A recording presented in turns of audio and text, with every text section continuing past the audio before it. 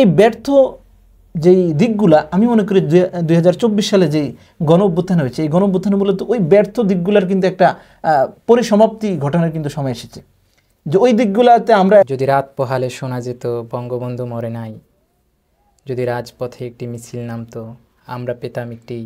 আপনি দেখেন মোদী সরকারের শাসনামলে ভারতবর্ষের কতটুকু উন্নয়ন হয়েছে।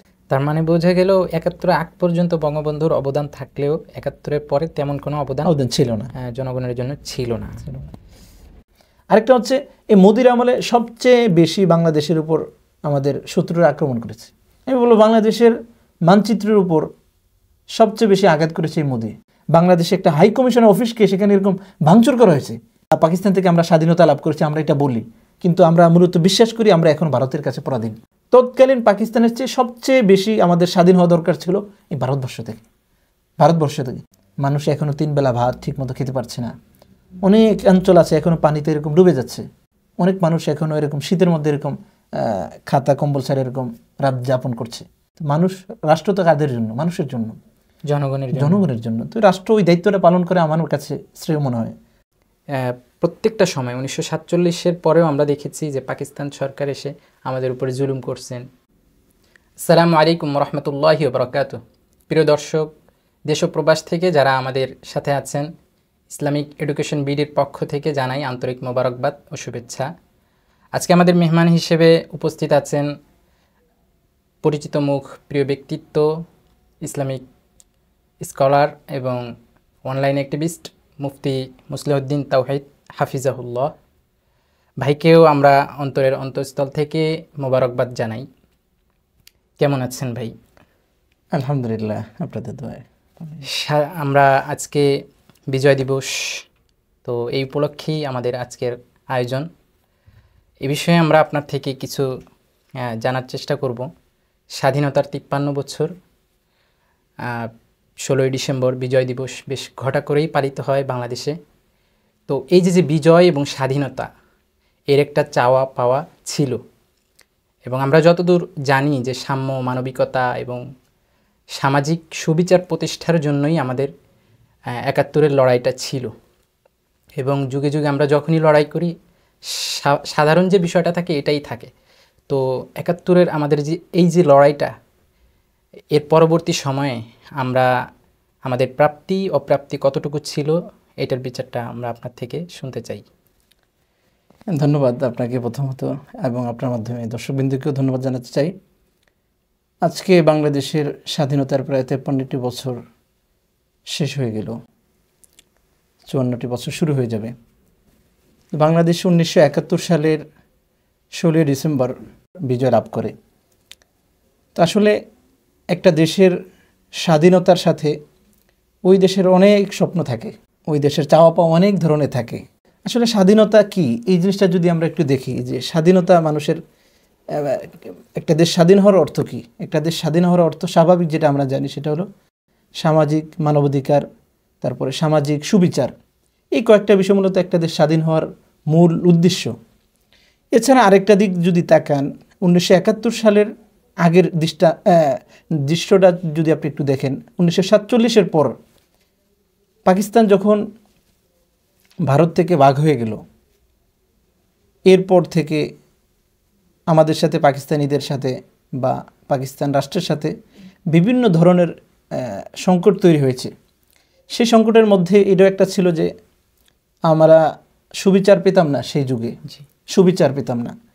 তারপর সেখানে আমরা অর্থনৈতিকভাবে আমাদেরকে পিছিয়ে রাখা হতো।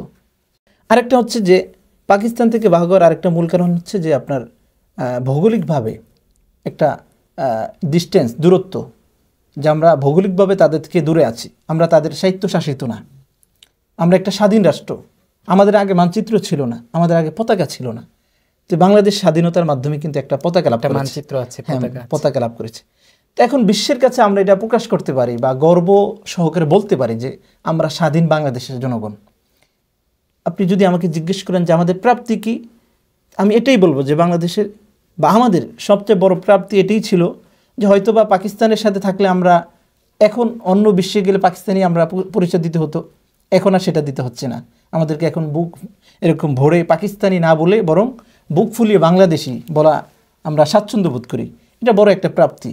আর প্রথম যেই বিষয়গুলো আমি বলেছি যে একটা রাষ্ট্র স্বাধীন হওয়ার যে কয়েকটা মূল দিক, যেখানে সুবিচার থাকবে, এখানে মানবাধিকার থাকবে, এখানে আপনার যে সাম্য থাকবে, কোনো বৈষম্য হবে না কারোর প্রতি, সেই দৃষ্টিকোণ থেকে যদি তাকান, বাংলাদেশ এখনও অনেক পিছিয়ে, এখন অনেক পিছিয়ে।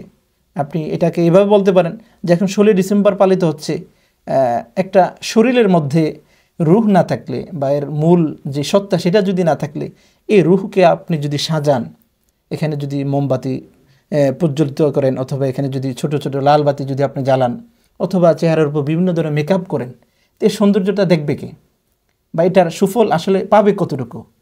এটা ডেড বডি, এটাকে কেউ এরকম অ্যালাউ করবে না।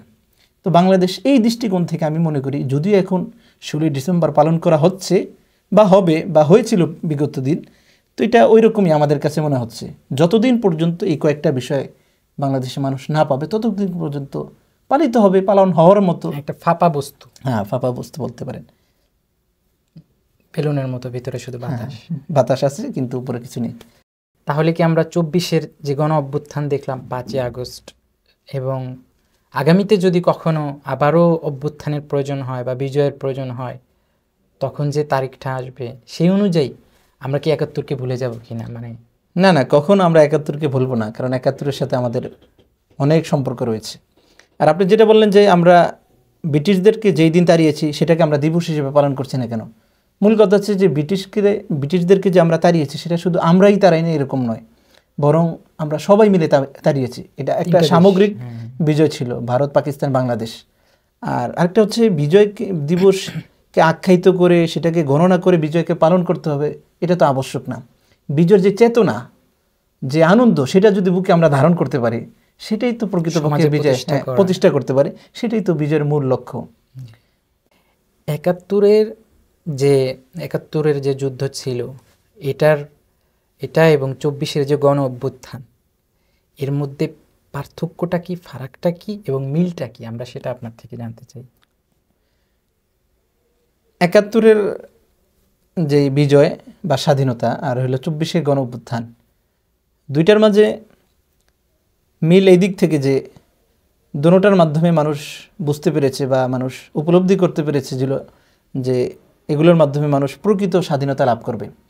বলার স্বাধীনতা, চলার স্বাধীনতা, অর্থনৈতিকভাবে স্বাবলম্বী হওয়া বা দেশ দারিদ্র্যমুক্ত হওয়া। আর পার্থক্য যদি আপনি জানতে চান, পার্থক্য তো বহুত। পার্থক্য আপনি 1971-এর বিজয়কে বা স্বাধীনতাকে একটা মানচিত্রের অথবা ভৌগোলিক একটা আপনার জায়গায় পার্থক্য বা স্বাধীনতা ধরতে পারেন। কারণ তখনকার আমাদের ভৌগোলিক কোনো সীমানা নির্ধারণ ছিল না। তখন কিন্তু আমরা পূর্ব পাকিস্তান, পশ্চিম পাকিস্তান একই ছিলাম। তো 71-এর পর এখন আমাদের একটা সীমানা হয়েছে, একটা ডিভাইড তৈরি হয়েছে, যে বর্ডারের এই পাশে বাংলাদেশ, বর্ডারের ওই পাশে পাকিস্তান বা ইন্ডিয়া। আর 24-এর গণ অভ্যুত্থান এটা নেই। আরেকটা দিক যদি আপনি দেখেন, সেটা হচ্ছে আমি 2024-এর গণ অভ্যুত্থানটাকে মূল্যায়ন এভাবে করতে চাই যে 1971-এর গণ আন্দোলন বা আপনি যেটা স্বাধীনতা আমরা বলি, এটা যে উদ্দেশ্য হয়েছে সেই উদ্দেশ্যটা আমি বলবো অধিকাংশে না হলেও কিছুটাই ব্যর্থ হয়েছে। কারণ ব্যর্থ এইভাবে হয়েছে যে সেই সময় মানুষগুলো নিজেদের জান দিয়েছে, নিজেদেরকে এরকম সঁপে দিয়েছে বুলেটের সামনে। কেন? একটু বলার অধিকার পাবে, বললে বুক ফুরিয়ে কথা বলতে যেন তারা পারে, বা স্বাধীনভাবে চলতে যেন পারে, অথবা আপনার অর্থনৈতিকভাবে সবাই যেন মোটামুটি স্বাবলম্বী হয়, দেশ যেন দারিদ্র্যমুক্ত হয়। এরকম যেন না হয় যে কিছু মানুষ এরকম মোটা হইতে হইতে এরকম আঙ্গুল ফুলে যাবে কলা গাছের মতো, আবার কিছু মানুষ সেই দারিদ্র্যের মধ্যেই থাকবে, এরকম যেন না হয়। এটা ছিল 71-এর আপনার আন্দোলনের মূল লক্ষ্য। অথবা যদি আরও সংক্ষেপে বলতে চাই, তাহলে এভাবে বলা যায় যে 71-এর স্বাধীনতার মূল লক্ষ্য ছিল আমাদের সাম্যবাদ, মানবিক মূল্যবোধ, এমনিভাবে সামাজিক সুবিচার। এগুলো কিন্তু 71-এর মূল লক্ষ্য ছিল। আপনি যদি 71-এর কোনো মুক্তিযোদ্ধাকে এখনও যদি জিজ্ঞেস করেন যে আপনি কেন আন্দোলন করেছেন, তারা কিন্তু এটাই বলবে যে দুটো ভাত যেন আমরা স্বাধীনভাবে খেতে পারি, আমরা যেন দারিদ্র্যমুক্ত হতে পারি, আমরা যেন বুক ফুলে একটু কথা বলতে পারি, সৎ সাহস নিয়ে যেন একটু চলতে পারি, আমরা যেন কাহারও দাসত্বে পরিণত যেন না হই। কারণ ওই সময় তো আমরা দাসত্বের মধ্যেই ছিলাম। এটা কিন্তু মূল স্বাধীনতার উদ্দেশ্য ছিল। সেই উদ্দেশ্যের কিছুটা হলেও কিন্তু পরবর্তী 1971-এর এরকম ব্যর্থ হওয়া শুরু হয়েছিল। আপনারা জানেন যখন বঙ্গবন্ধু শেখ মুজিবুর রহমান প্রথম প্রধানমন্ত্রী হয়েছেন, তারপর 1975-এর আগ পর্যন্ত সেই সময়গুলা এখন বাংলাদেশের জন্য একটা কালো সময় হিসেবে মানুষ কিন্তু মনে করে। কেন মনে করে? হ্যাঁ, কারণ সেই সময় স্বাধীনতার যে লক্ষ্যগুলো সেগুলো কিন্তু মুজিব বা তারা ইচ্ছাই হোক অনিচ্ছাই হোক সেটাকে কিন্তু ব্যর্থ করে দিয়েছে, অঙ্কুরেই বিনষ্ট হয়েছে। হ্যাঁ, অঙ্কুরে বিনষ্ট হয়েছে। হয়তোবা তারা ইচ্ছে করেছে, অথবা প্রভুদের এরকম দাসত্ব থেকে বের না হতে পারার কারণে হয়তোবা এই ঘটনাগুলো ঘটেছে। সেখানে আপনার যাকে কথা বলার এরকম অধিকার ছিল না, মানবাধিকার সেখানে কিঞ্চিত মাত্র ছিল না। শুধুমাত্র একটা রাষ্ট্র ছিল, এক ব্যক্তি ছিল, এক আইন ছিল, যেটাকে আমরা বাকশাল বলতে পারি। আমি আর ছোট্ট করে আরেকটা প্রশ্ন করি, সেটা হলো আপনি বললেন যে সেই সময়ের মৌলিক চাহিদা ছিল সাম্যবাদ, সামাজিক সুবিচার, মানবিক মর্যাদা, এগুলো। তো সাম্যবাদের ক্ষেত্রে যদি আমরা দেখি 24 পরবর্তী সময়ে দীর্ঘ সময় কিন্তু আমরা পার করে ফেলছি, 3-4টা মাস পার হয়ে গেছে। এই সময়ে এসে এই যে সাম্প্রতিক যে ঘটনাটা ঘটলো, যে একজন মুসলিম মহিলা নিকাব পরা সে কিন্তু হেনস্থার শিকার হলো তার স্যার দ্বারা, এখানে কি সাম্যবাদের কি দেখলেন আপনি? অথচ যারা এই মুহূর্তে আমরা তাদেরকে নাস্তিক বলি বা যাই বলি, তারা কিন্তু এই মুহূর্তে ওই স্যারের পক্ষ অবলম্বন করছে। অথচ এই মহিলাটার পোশাক পরার যে অধিকারটা, এটা নিয়ে কিন্তু তারা এখন কথা বলছে না। এখানে কি সাম্যবাদ আপনি পাচ্ছেন? এখানে সাম্যবাদ, সবচেয়ে বড় সাম্যবাদ হলো আপনি ব্যক্তি স্বাধীনতাকে আপনি খর্ব করেছেন। আপনি যেমনিভাবে উলঙ্গ হয়ে চলার স্বাধীনতা আপনি বলতেছেন, তা আমি পোশাক অথবা নিকাব পরে একজন মহিলা হলে চলার স্বাধীনতা তো তার ব্যক্তিগত নাকি? তো আপনি ব্যক্তিগত স্বাধীনতাকে আপনি কটাক্ষ করছেন বা সেখানে তার সেই অধিকার থেকে তাকে বঞ্চিত করছেন, তো এর চেয়ে বড় তো বৈষম্য আর হতে পারে না। তার মানে আমরা বৈষম্য বিরোধী আন্দোলন করার পরেও কিছু জায়গায় অবশ্যই এখনো কিছু বৈষম্য শিকার হয়েছে। তো আমি আবার একটু আপনাকে স্মরণ করতে চাই যে পূর্বে যেটা বলেছি যে 71-এ এই কয়েকটা মূল লক্ষ্য ছিল। তো সেই লক্ষ্যগুলো কিন্তু মানুষ বা সেই উদ্দেশ্যগুলো কিন্তু মানুষ ভালোভাবে কিন্তু সফলতা লাভ করতে পারেনি। 1975-এর আগের যে 4-5 বছর, এই বছরগুলো তো স্পষ্ট বাংলাদেশের মানুষের কাছে যে যেই কারণে বাংলাদেশ স্বাধীন হয়, সেই একটা কারণও মানুষ এরকম বাস্তবায়ন হতে দেখেনি। অর্থনৈতিকভাবে সবচেয়ে বড় দুর্ভিক্ষের দিন যদি বলা হয়, বা দুর্ভিক্ষের শাসন কাদের আমলে বাংলাদেশের ইতিহাসে, বলবে সবাই উচ্চারণ করবে যে বঙ্গবন্ধুর আমলে। তারপরে সবচেয়ে বাক স্বাধীনতা কার এরকম শাসন আমলে এরকম হরণ করা হয়েছে, উত্তর আসবে বঙ্গবন্ধুর আমলে। ভোটাধিকার সবচেয়ে বেশি সেখানে ক্ষুণ্ণ করা হয়েছে। তো এই ব্যর্থ যেই দিকগুলা, আমি মনে করি 2024 সালে যেই গণ অভ্যুত্থান হয়েছে, এই গণ অভ্যুত্থানে মূলত ওই ব্যর্থ দিকগুলার কিন্তু একটা পরিসমাপ্তি ঘটনার কিন্তু সময় এসেছে। যে ওই দিকগুলাতে আমরা এখন আর যেতে চাই না, সেগুলাকে আমাদেরকে ছাড় দিতে, এরকম আমাদেরকে সেগুলা থেকে বের হতে হবে। সেগুলা ধরে এরকম আপনার চিহ্নিত করতে হবে যে এই সমস্যাগুলোর কারণে আমরা ব্যর্থ হয়েছিলাম, এই সমস্যাগুলো এখন আর 2024 সালে থাকতে দেওয়া যাবে না। মূলত 2024 সালটা আমি বলবো 1971 সালের স্বাধীনতার পরিপূরক। 1971 সালে যেই দিকগুলা এই জাতি ব্যর্থ হয়েছে, সেই দিকগুলাকে আবার একটু সুন্দর করে এরকম জাতিকে দেখানোর একটা সময় এসেছে। সেগুলোর একটা সুন্দর আপনার যাকে গাছ ফল যেন জাতি দেখতে পারে, খাইতে পারে, সেটা এখন এরকম উপস্থাপন করার সময় এসেছে। এখানে একটা প্রশ্ন করি। প্রসিদ্ধ একটা গান আছে যে যদি রাত পোহালে শোনা যেত বঙ্গবন্ধু মরে নাই, যদি রাজপথে একটি মিছিল নামতো আমরা পেতাম একটি জাতির পিতা, বিশ্ব পেত একটি স্বাধীন নেতা। এই যে স্বাধীন নেতা বলা হলো, মানে গানটা কিন্তু অনেক সুপরিচিত, সুপ্রসিদ্ধ। এখনও কিছু সুশীল শিল্পী গোষ্ঠী আছেন যারা এটা এখনও গেয়ে বেড়ান। তো এখানে একটা প্রশ্ন হলো, স্বাধীন নেতা বলা হলো, তবে বিশ্ব পেত একটি স্বাধীন নেতা, পরবর্তীতে যারা নেতা আছেন বা রাষ্ট্রপ্রধান হয়েছেন, এরা কি স্বাধীন ছিল না? আসলে এখানে কয়েকটি বিষয়, বঙ্গবন্ধু ইস্যু আপনি যেটা বলতে যাচ্ছেন, বঙ্গবন্ধু, আমরা যেই বিষয়ে বঙ্গবন্ধুর সাথে এখনও একমত বা বড়রা এখনও একমত পোষণ করে আসছেন, সেটা হচ্ছে উনি এই দেশে একজন স্বাধীনতার ক্ষেত্রে একজন বড় ব্যক্তি, ওনার অনেক বড় ভূমিকা ছিল, স্বাধীনতার একজন নায়ক ছিলেন, অনস্বীকার্য, এটাকে আপনি বাদ দিতে পারবেন না। আমরা এতটুকু বঙ্গবন্ধুর পক্ষে যে উনি দেশের জন্য অনেক বড় একটা খেদমত করেছেন দেশের মানুষের জন্য, তো এই সম্মানটুকু অবশ্যই আমরা বঙ্গবন্ধু দিতে চাই। এটা থেকে আমরা কখনো পিছপা হতে চাই না। বাকি এমন সম্মান আমরা দিতে চাই না যেটা তার জন্য যায় না। তার জন্য যায় না এই দিক থেকে আমরা তাকে কখনো এটা বলতে পারি না সবচেয়ে বড় মানবাধিকার তিনি প্রতিষ্ঠা করেছেন বাংলাদেশে, কারণ তিনি মানবাধিকার সবচেয়ে বেশি লঙ্ঘন করেছেন। আপনি এটা বলতে পারেন না যে সবচেয়ে বড় গণতন্ত্র বাংলাদেশে বঙ্গবন্ধু উপস্থাপন করেছে, আমরা এটা বলতে পারি না। কেন? তার আমলে সবচেয়ে বড় মানুষ ভোটাধিকার এরকম পালনে অথবা প্রদান করতে ব্যর্থ হয়েছে, গণতন্ত্র হীনতার শিকার হয়েছে। আমরা এটা বলতে পারি না যে বঙ্গবন্ধু তার আমলে সবচেয়ে বাংলাদেশকে উন্নয়নশীল দেশ হিসেবে গড়েছেন, এটা বলতে পারি না, কারণ বঙ্গবন্ধুর আমলে সবচেয়ে বড় দুর্ভিক্ষ বাংলাদেশে হয়েছে। এই দৃষ্টিগুলোর সাথে আমরা একমত না, কিন্তু যতটুকু পাওয়ার যোগ্য বঙ্গবন্ধু সেটা আমরা দিতে চাই। হ্যাঁ, আপনি যেটা বলেছেন যে কোনো ব্যক্তি যদি কোনো ব্যক্তির সম্মানে বা তার মহব্বতের ব্যক্তি হিসাবে কোনো কিছু গায়ে বলতে চায়, সেটা তার ব্যক্তির স্বাধীনতা। বাকি এটা যদি বাংলাদেশের আপম জনতার বিরুদ্ধে যায়, সেটার ক্ষেত্রে রাষ্ট্র আইন আছে, আদালত আছে, বিচার আছে, সেটা বিচারকরা দেখবেন, রাষ্ট্র দেখবেন। তার মানে বোঝা গেল ৭১ আগ পর্যন্ত বঙ্গবন্ধুর অবদান থাকলেও ৭১-এর পরে তেমন কোনো অবদান ছিল না, জনগণের জন্য ছিল না। এখন তো স্বাধীনতার ৫৩ বছর চলছে। কিছুদিন আগেই স্বাধীনতার সুন্দর একটা নাম দেওয়া হয়েছিল, স্বাধীনতার সুবর্ণ জয়ন্তী। ঠিক আছে, মানে একটা সুন্দর রোমান্টিক একটা ভাব ছিল। তো এই সময় রোমান্টিকতার মানে একটা আমরা দেখেছি যে বড় বড় মেহমান আনা হলো, দেশের একটা অধিকাংশ জনগোষ্ঠীর মতামত, তাদের চাওয়া পাওয়া এবং তাদের রক্তকে উপেক্ষা করে, আমি আবার উল্লেখ করতে, রক্তকে উপেক্ষা করে একজনকে বাইরের দেশ থেকে আনা হলো।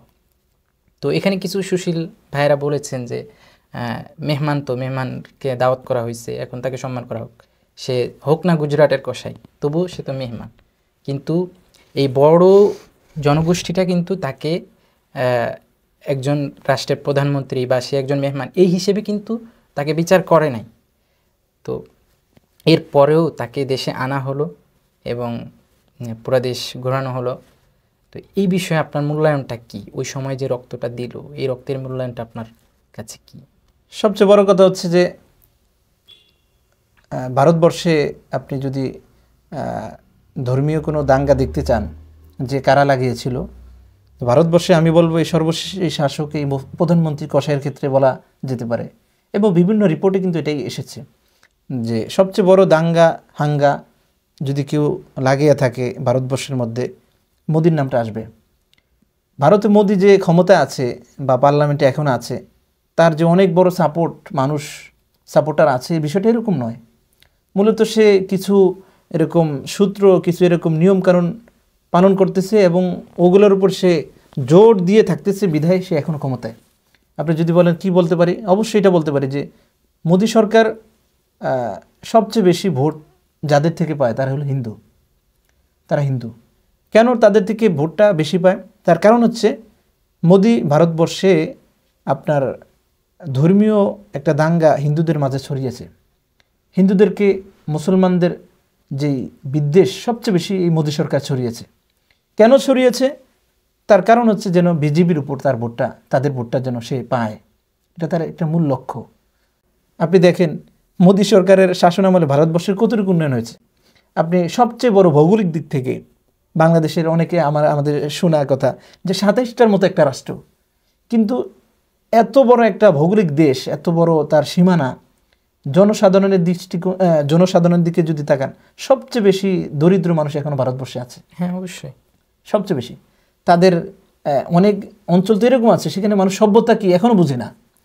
সেখানে যে মানুষ বর্তমান উন্নতি বিশ্বের যেই উন্নয়নগুলা, টয়লেট বলেন অথবা পারিবারিক রাস্তাঘাট, এখনো অনেক অঞ্চলে এগুলো পায়নি, বিদ্যুৎ পায়নি, তারা রাস্তায় পটি করতেছে, রাস্তায় মল এরকম ত্যাগ করছে, মানে অথচ মৌলিক অধিকারের একটি ছিল বাথরুম, টয়লেট, মানুষের করে দেওয়া, ব্যবস্থাপনা করে দেওয়া, মানুষের যে আবশ্যকীয় ইয়েগুলো সেগুলো কিন্তু এখনো করতে সে পারে না, ব্যর্থ হয়েছে। তো এটা তার যে বড় সফলতা যে সে ক্ষমতায় আছে, অনেক বড় ভোট পেয়ে, এরকম নয়। সে মূলত এই দাঙ্গা লাগিয়ে মূলত এই বেশি হিন্দুদের এরকম ক্ষমতা বা ভোট সে অর্জন করতেছে। তাছাড়া অন্য কোনো কারিশমা তার ভিতরে নেই। আরেকটা হচ্ছে এই মোদির আমলে সবচেয়ে বেশি বাংলাদেশের উপর আমাদের শত্রুরা আক্রমণ করেছে। আপনি যদি আমাদেরকে জিজ্ঞেস করেন যে কিভাবে এটা সম্ভব, আমি বলবো বাংলাদেশের মানচিত্রের উপর সবচেয়ে বেশি আঘাত করেছে এই মোদি। সবচেয়ে বেশি হত্যা হয়েছে আমাদের বর্ডারে এই মোদি সরকারের আমলে। বিএসএসের কাছে বাংলাদেশের কত বিজেপি এরকম হত্যা হয়েছে, কত মানুষ এরকম নিহত হয়েছে। এবং বাংলাদেশের যদি আপনি বলেন যে আন্তর্জাতিকভাবে যে একটা নিয়ম আছে বাংলাদেশের এবং দুই দেশের মাঝে যে নদীগুলো, খালগুলো এবং যে সাগরগুলো, যে সাগরের পানি দ্বারা আমাদের পশ্চিম উত্তর অঞ্চলের জমিনগুলো এরকম চাষাবাদ হতো, আন্তর্জাতিক নিয়ম অনুযায়ী, জাতিসংঘের নিয়ম অনুযায়ী দুই দেশের মাঝে শান্তি চুক্তি অনুযায়ী আপনার পানি আদান প্রদান করা হবে। কিন্তু আমরা দেখেছি এরকম আপনার যে ফারাক্কা বাঁধ নির্মাণ করা হয়েছে, আরও বড় বড় বাঁধ নির্মাণ করা হয়েছে। কয়েকদিন আগে আমাদের যে ফেনীতে এরকম বাঁধ এরকম তারা ছেড়ে দিয়েছে। তো আন্তর্জাতিক অনেক অপরাধ লঙ্ঘনে সে এরকম এই অপরাধে সে অভিযুক্ত। এরকম ব্যক্তির সাথে আমাদের তো কূটনৈতিক কোনো সম্পর্ক থাকতে পারে না, কারণ কূটনৈতিক সম্পর্ক যেই ধারাগুলা, সে সব ধারাগুলো সে লঙ্ঘন করেছে। আপনারা কিছুদিন আগেও ছিল দেখছেন যে বাংলাদেশের জাতীয় পতাকাকে সেখানে পোড়ানো হয়েছে, বাংলাদেশে একটা হাই কমিশনের অফিসকে সেখানে এরকম ভাঙচুর করা হয়েছে। তো জাতিসংঘের যে একটা নিয়ম যে সমস্ত দেশগুলো তাদের পররাষ্ট্রনীতিকে সুন্দর করবে, রক্ষা করবে, এরকম তাদেরকে এরকম তাদের হেফাজতে রাখবে, কিন্তু সেটা দিতে মোদি ব্যর্থ হয়েছে। তো তাদের সাথে আমাদের সম্পর্কটা কীরকম হওয়া উচিত এবার আপনারা বলুন।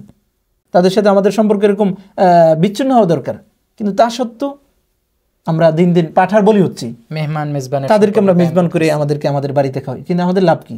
দিন শেষে আমাদের থেকে ইলিশ মাছ পাঠানো হচ্ছে, দিন শেষে আমাদের থেকে এরকম আম পাঠানো হচ্ছে। এটা কিন্তু এখনো, হ্যাঁ, দিন শেষে আমাদের সাথে সম্পর্ক হচ্ছে।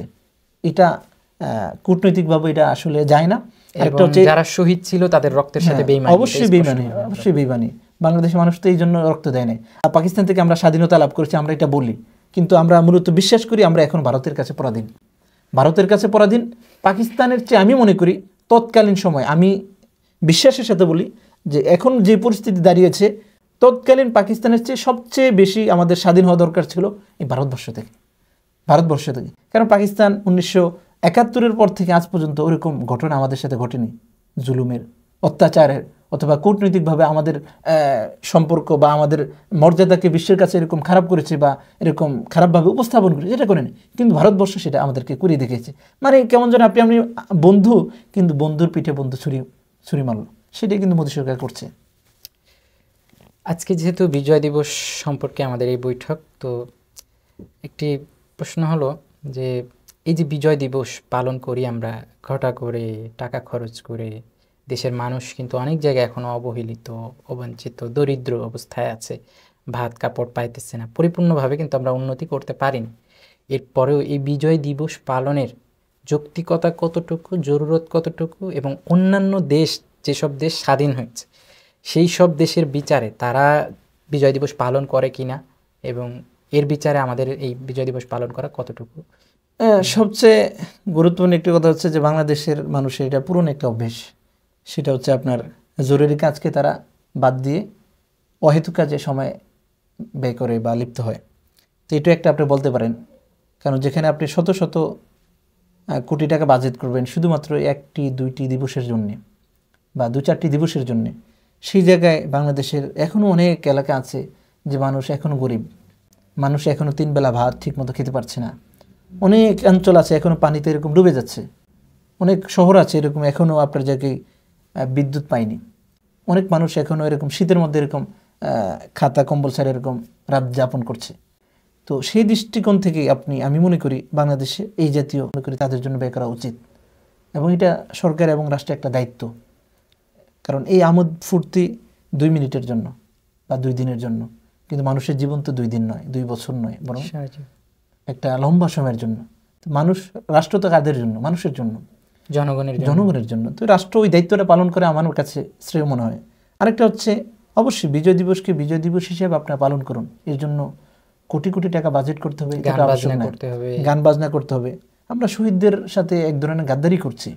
শহীদরা যেই জন্যে মরেছেন, জান দিয়েছেন, সেটা আমরা ভুলে গেছি। তারা জান দিয়েছেন যেন এই দেশের মানুষ শান্তিতে বসবাস করতে পারে, কিন্তু তারা মরে যাওয়ার পর আমরা আমাদের যে কার্যকলাপ বা ইসলাম বিরোধী যে কার্যকলাপ আমরা এগুলো করছি, এগুলো মূলত শহীদদের কবরে শান্তি পৌঁছায় না, বরং আমাদের এই আমলের কারণে তাদের কবরে অশান্তি পৌঁছায়, তাদেরকে আরও শাস্তি দিতে হয় বা আরও শাস্তি পেতে হয়। তো দুনিয়াতেও তারা মরল, আখেরাতে গিয়েও তারা এরকম অশান্তি ভুগছে। তো এটা আমাদের কারণে নিতে হচ্ছে। এই জন্য আমি মনে করি স্বল্প বাজেটে বাংলাদেশ সরকার শুধুমাত্র বহির্বিশ্বকে দেখানোর জন্য বিজয় দিবস হিসেবে চৈতন্যকে জাগ্রত করার জন্য করতে পারেন, বাকি লম্বা বাজেট, বড় বাজেট নিয়ে বাংলাদেশ লক্ষ লক্ষ টাকার ফুল দিতেই হবে, এটা আবশ্যক না, দরকার না। জি, ধন্যবাদ আপনাকে আন্তরিকভাবে আমাদেরকে সময় দেওয়ার জন্য। প্রিয় দর্শক, আমরা অনুষ্ঠানের শেষ পর্যায়ে আমরা সম্পূর্ণ আলোচনা থেকে যেটা বুঝলাম যে 1947 বলি, 1971 বলি, অথবা আমাদের এই 2024 বলি, এই যে অভ্যুত্থান, স্বাধীনতা, বিজয়, দেশভাগ, যাই বলেন, এই সব কিছুর মূলে ছিল আমাদের কিছু চাওয়া পাওয়া। এগুলোর জন্যই আমাদের রক্ত ঝরানো। কিন্তু প্রত্যেকটা সময় 1947-এর পরেও আমরা দেখেছি যে পাকিস্তান সরকার এসে আমাদের উপরে জুলুম করছেন, নির্যাতন করছেন, স্বৈরাচারী একটা ব্যবস্থাপনা আমাদের উপরে চাপাই দিয়েছেন। এমনইভাবে 71-এও আমরা ঠিক একই বিষয় অবলোকন করেছি, এবং 24-এ এখন কিছুদিন হলো আমরা অভ্যুত্থান হয়েছে। তো এই সময়ে এসেও যদি আমরা ঠিক একই কাজগুলো করি, তাহলে কিন্তু আমরা ওই যে চেতনার কারণে এটা হয়েছে, এটা ধারণ করতে পারবো না, এবং আমরা যে উদ্দেশ্য করে এই লড়াইটা করেছি, এই সংগ্রাম করেছি, এতে কিন্তু আমরা সফল হতে পারবো না। এবং অবভিয়াসলি এটা দেখা যাচ্ছে যে বিভিন্ন ধরনের কার্যক্রম অব্যাহত রাখা হয়েছে, জুলুম, অবিচার এবং বিভিন্ন ধরনের অসামাজিক কার্যকলাপ কিন্তু এখনও চলমান, এবং তাদের বিরুদ্ধে কথা বললেও কিন্তু তারা প্রতিবাদ করছেন এবং ব্যবস্থাপনা নিচ্ছেন।